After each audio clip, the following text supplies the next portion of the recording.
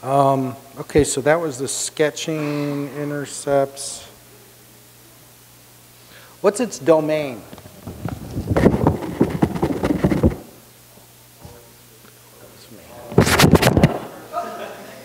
Don't do that. What's its domain? Is it all real numbers? Yeah, so it goes from minus infinity to infinity. Do we all agree? Yeah? So I go all the way up here, but this point is defined. So it's going to, yeah, okay. Here's a new problem. What changed?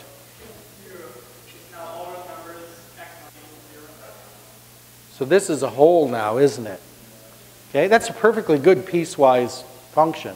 It just has a hole in it. So how would I write the domain for that?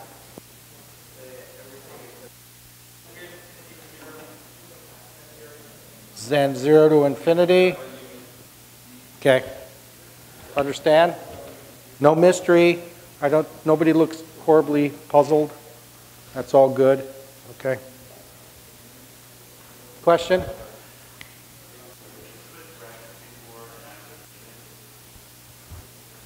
I did. Yeah. So those are brackets, yes. Yeah, and they're not the square brackets because I never get to 0.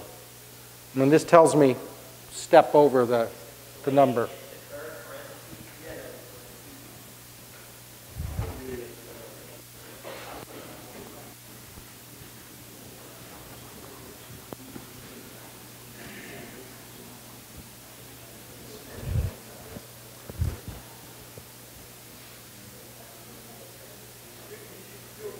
Now, for those of you that are still, if you're struggling at this point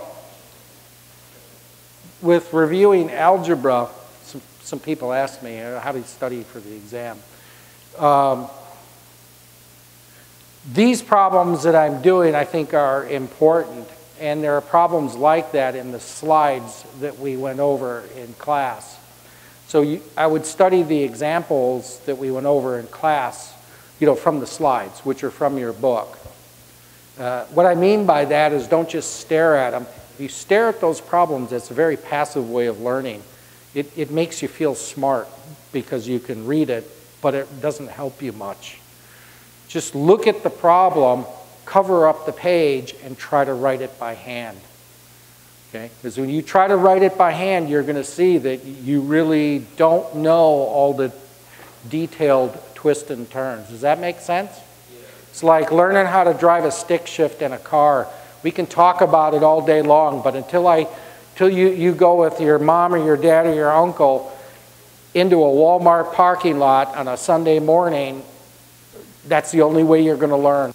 You got to work with it, and then you pick it up really fast. Okay? So the mathematics is the same way. Likewise, on the homework problems, if there's one problem or something I'm doing here that's a little bit fuzzy, maybe it looks like section 5.2, problem number 10. Go to the textbook and do problem number 11 and problem number 12, the one before and after. Because your textbook has the answers for all the odd problems. But the only way to really learn this is to do it. Sitting in class is fine, but again, that's a very passive way of learning. And if you haven't caught on already, I suspect most of you have, because you wouldn't be in a STEM school if you didn't figure that out. You wouldn't have got that far, right? But math is it's not a spectator sport. It's something you got to learn by doing. Anyways, I just remind you of that. Here's the good news. I would say almost a quarter to maybe about a third of the test, you've already seen it. You've already seen it. Not just here, but in class or the extra problems we've done, you stared right at them. Okay, so I'm pulling problems from both class, from your textbook, and you might recognize some extremely similar to what was on your online homework. Right? And then, of course, there's some things you never saw, because that's fair too. But a good part of it you've already seen. Let's see, 2.2, K, 4, we did that. Good, let's get to chapter 5, because I do want to do some of these.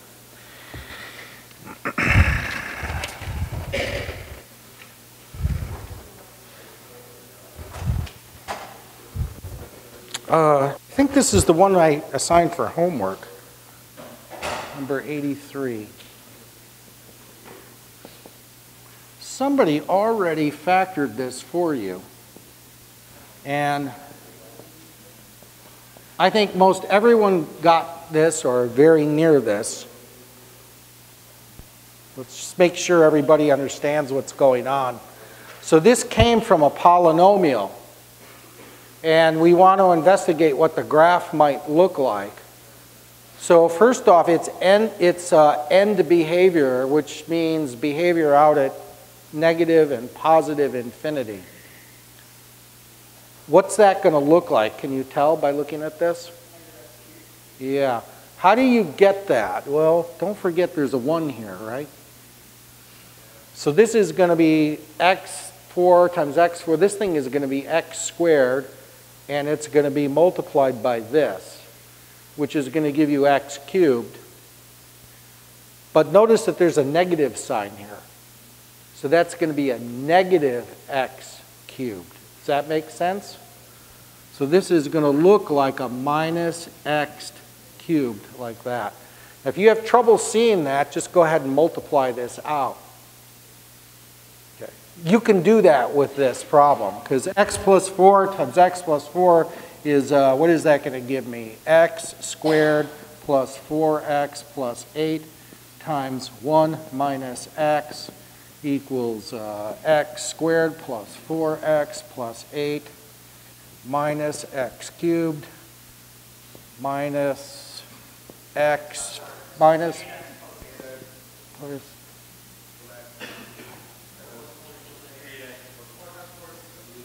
four times, you're right, 16, sorry. 4 and 4, 8, yeah, I went too fast, okay. 8, 16, there's your minus x cubed. Okay, 8x times this gives me a minus 8 x squared, and then minus 16. Yeah, so some things are going to drop out. Minus x cubed, we did that one. 8x squared, x squared. This is going to be minus 7x squared, and then there's a plus. Well, that's an x and an x squared.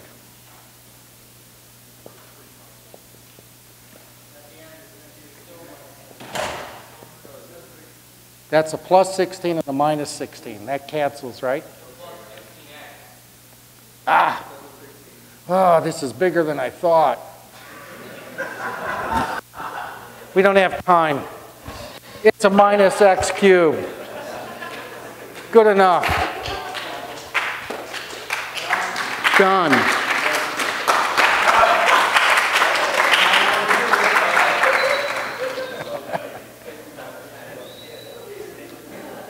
Okay, tell me when it touches and when it crosses. Tell me when it touches and crosses.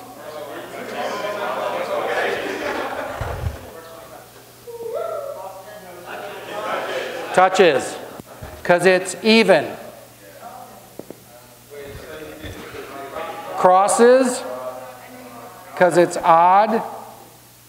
What's the root? What's the root here? Okay, if you're not sure, that's what you're doing, right? Solve that. Equals positive 1 minus 1, x equals 1. Yeah. Okay. Okay, so that tells you something about what this is going to look like, right? So this minus x cubed, well, I know this x cubed looks like that, so if I flip it upside down, it's got to look like that. Okay? This is a minus x cubed. Okay. So then when I go ahead and I graph this, this is going to be 1, and this is